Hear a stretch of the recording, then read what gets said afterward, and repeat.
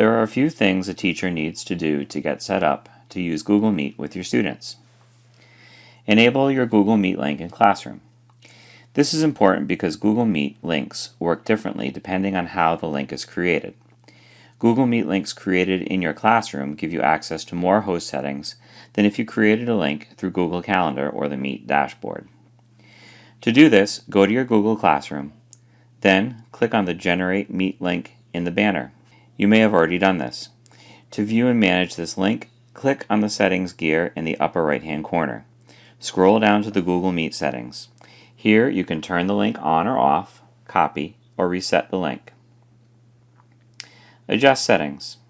The first thing you need to do after you start your meeting is click on the shield to go to Host Settings and turn off Quick Access. This will put students in the waiting room to give you time to verify they should be accessing the meeting and also prevent any students that might get the meeting code from another student from entering and distracting the meeting. Additionally, you can choose to turn off students' ability to share their screen or send chat messages. You can turn these settings on or off throughout the meeting, depending on your needs. Please note these settings don't stick. They need to be changed every time you start the meeting and for every class. Admit the students.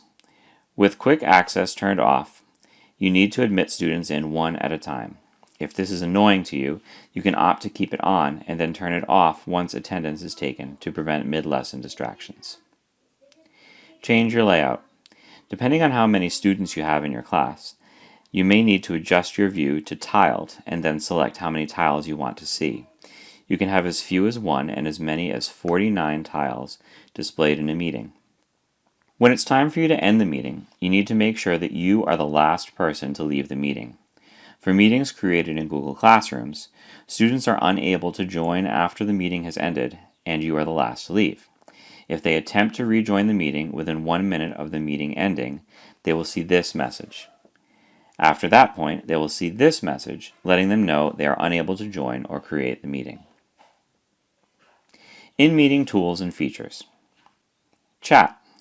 Google Meet allows the host and participants to type comments and questions in the chat. Private chat among participants and the host is not available. Whiteboard.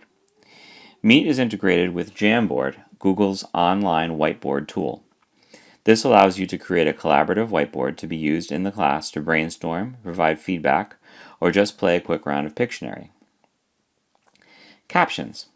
Integrated into Google Meet is embedded real-time captioning to assist students with hearing impairments or other disabilities. Click Captions on to display the text of what is being said in the meeting. Present Now. To share your screen, click the Present Now button. You'll be asked if you'd like to share your entire screen, a window, or a single tab. For best results when sharing a video for the class to watch during the meeting, choose a single tab.